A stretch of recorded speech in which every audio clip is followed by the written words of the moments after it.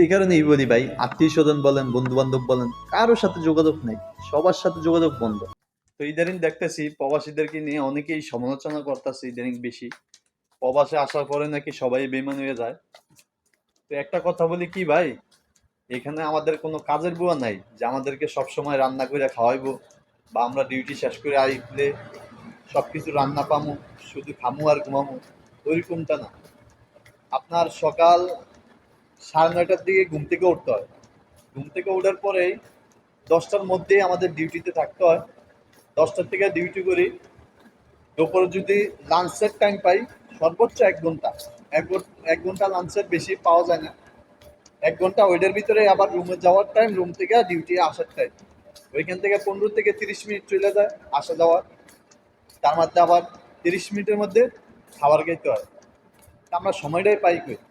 তারপরে আবার আপনার ডিউটি শেষ হয় রাত্রে 10টা, 12টা, 11টা, যার যেরকম টাইম ডিউটি শেষ হয়।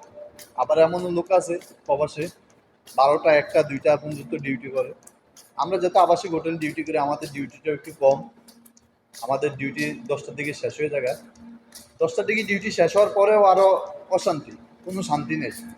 10টার দিকে রুমে যাওয়ার পরেই তার মধ্যে আরো কত অশান্তি। কারো বাবা মা নিয়ে অশান্তি, কারো বউ নিয়ে অশান্তি, কারো ছেলে মেয়ে নিয়ে অশান্তি। অশান্তির ভাই শেষ নাই। আপনি প্রবাসী যদি আসেন তাহলে বুঝতে পারবেন একটা প্রবাসীর কত পরিমাণ, মানে মাথায় টেনশন থাকে। যে একজন প্রবাসী যদি আপনি হন তাহলে বুঝতে পারবেন যে কত পরিমাণ টেনশন আপনার মাথায় থাকে। তারপরেও কত কিছু আপনাদের মেনটেন করে চলতে হয়, যা কত কিছু ছাড় দিয়ে চলতে হয় আমাদের, কত কিছু মাথায় রেখে চলতে হয়। তা আসলে প্রবাসে যদি না আসে কেউ বুঝতে পারবে না ওইটা জিনিসটা। তো এই কারণেই বলি যে আসলে বাড়িতে যারা মনে করতেছে তারা ভাবতেছে যে আমরা প্রবাসে যারা আছি রাজার হালে চলতেছি, লাখ লাখ টাকা মনে হয় ইনকাম করতেছি, তার কারণে তাদের সাথে যোগাযোগ রাখতেছি না। তো আমি বলি কি, আমার একটা আমার আমার আইডিয়াতে বলি, আমি আমার সাথে যে ঘটনা, প্রবাসে আসার প্রায় 1 মাস থেকে 1.5 মাস আত্মীয় স্বজন যারা আছে, বন্ধু বান্ধব যারা আছে, তাদের সাথে আমি কল দিয়ে যোগাযোগ করতাম, আমি মেসেজ দিয়ে যোগাযোগ করতাম। 1 মাস 1.5 মাস পরে যোগাযোগ যত অফ করে দিছি, 1 সপ্তাহ আমি কল দিইনি। 1 সপ্তাহ বা 15 দিন আমি কল দিই না বা মেসেজ দিই না কেউকে। তারপর আমার কেউ মনে রাখে না আর। কেউ একটা কল দিয়ে বলে না যে ইসমাইল কেমন আছোস, কেউ একটা মেসেজ দিয়ে বলে না কিরে কি অবস্থা। এটা দেখেন স্বার্থপর কে? কারণ ওই সময় আমি নতুন আইছি। আপনার আমি আমার থেকে যদি কিছু চায় আমি তারপর দিতে পারবো না, এই কারণে হয়তোবা যোগাযোগ অফ করে দিতেছে, অফ করে দিছে। তো এখন যেই বিষয়গুলো হয়, এখন প্রতিদিন বিভিন্ন টাইমে বিভিন্নভাবেই যে কোনো একজন মেসেজ দিব, যে কোনো একজন কল দিব, কি অবস্থা, কেমন আছস, আমি এই বিপদে পড়ছি, 5,000 টাকা দে, 10,000 টাকা দে।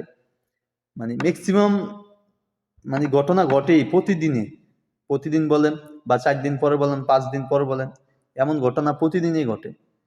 তো আসলে সবাই মানে আপনার খবর নিবে না, শুধু আপনার টাকার খবরটা নিব, যে আপনি কি আসলে ভালো আছেন না খারাপ আছেন ওই জিনিসটা জানতে চাইবো না আপনার থেকে। শুধু আপনার থেকে জানতে চাইবো যে স্যালারি কত পাস, কি কাম করে যে স্যালারিটা আনেন, কি কাম করে পরিশ্রম করে আপনি যে টাকাটা কামান, ওই জিনিসটা আপনার থেকে জানতে চাইবো না। শুধু এটুকুই জানবে যে আপনি কত টাকা স্যালারি পান, কত টাকা বেতন পান, বা খাবার টাবার খাইয়া আপনার খরচ বাদ দিয়ে কত টাকা খায়, ওই জিনিসটাই আপনার চিন্তা করবে। কিন্তু যেই পরিমাণ পরিশ্রম, যেই পরিমাণ মাথার ঘাম পায়ে ফালাইতে হয়, বা যেই পরিমাণ অত্যাচার অনবিচারের শিকার হইতে হয়, ওইগুলা কিন্তু আপনার কেউ নিবে না। একটা জিনিস মাথায় রাখবেন। সেই কারণেই বলি ভাই, আত্মীয় স্বজন বলেন, বন্ধু বান্ধব বলেন, কারোর সাথে যোগাযোগ নাই, সবার সাথে যোগাযোগ বন্ধ। দরকার নেই আমার এমন আত্মীয় স্বজন, দরকার নেই আমার এমন বন্ধু বান্ধব, যে যে বন্ধু বান্ধব আমার টাকার লোভে আমার সাথে কথা বলবে, যে আত্মীয় স্বজন আমার টাকার লোভে আমার সাথে কথা বলবে। ওইরকম আত্মীয় স্বজন আমার প্রয়োজন নেই, ওইরকম বন্ধু বান্ধব আমার প্রয়োজন নেই। কারণ বন্ধু বান্ধব যদি হতে হয়, অবশ্যই আপনার বিপদের সময় আপনার বন্ধু বান্ধব আপনার পাশে দাঁড়াতে হবে, আপনার বিপদের সময় আপনার আত্মীয় স্বজন আপনার পাশে দাঁড়াতে হবে। তাহলে বলবে যে আপনার আত্মীয় স্বজন বা বন্ধু বান্ধব। আপনার যদি আপনি যে কোনো একটা সমস্যায় পড়ছেন, ওই সময় যদি আপনার বন্ধুরা আপনার পাশে না পান, তাহলে আমার কিসের বন্ধু? আপনার যদি পরিবারের আপনি বা আপনার আত্মীয় স্বজন যারা আছে তাদেরকে পাশে না পান, তাহলে আপনার কিসের আত্মীয় স্বজন? ওরা যদি আপনার সুসময়ে আপনার কাছে থাকতে চায়, তাহলে আপনার যখন খারাপ সময় আসবে তখন আপনার কাছে থাকতে চায় না, তাহলে এমন আত্মীয় স্বজন আর বন্ধু বান্ধব আমার কোনো প্রয়োজন নেই। তো আসলে অনেকেই কথাগুলা মাইন্ডে নিতে পারেন না, আসলে সত্যি রিয়েলি যেই কথাগুলো এগুলোই বলছি। মানে এমন অনেক লোকের সাথেই ঘটে, আমার সাথেও এমন ঘটনা অনেকবার ঘটে, প্রতিদিনই ঘটে। একজনে ফোন দিয়ে বলবে 5,000 টাকা দাও, একজন 10,000 টাকা দাও, এমন ঘটনা প্রতিদিনই ঘটে। তা আসলে কেউ মাইন্ডে নেবেন না। আসসালামু আলাইকুম, সবাই ভালো থাকবেন।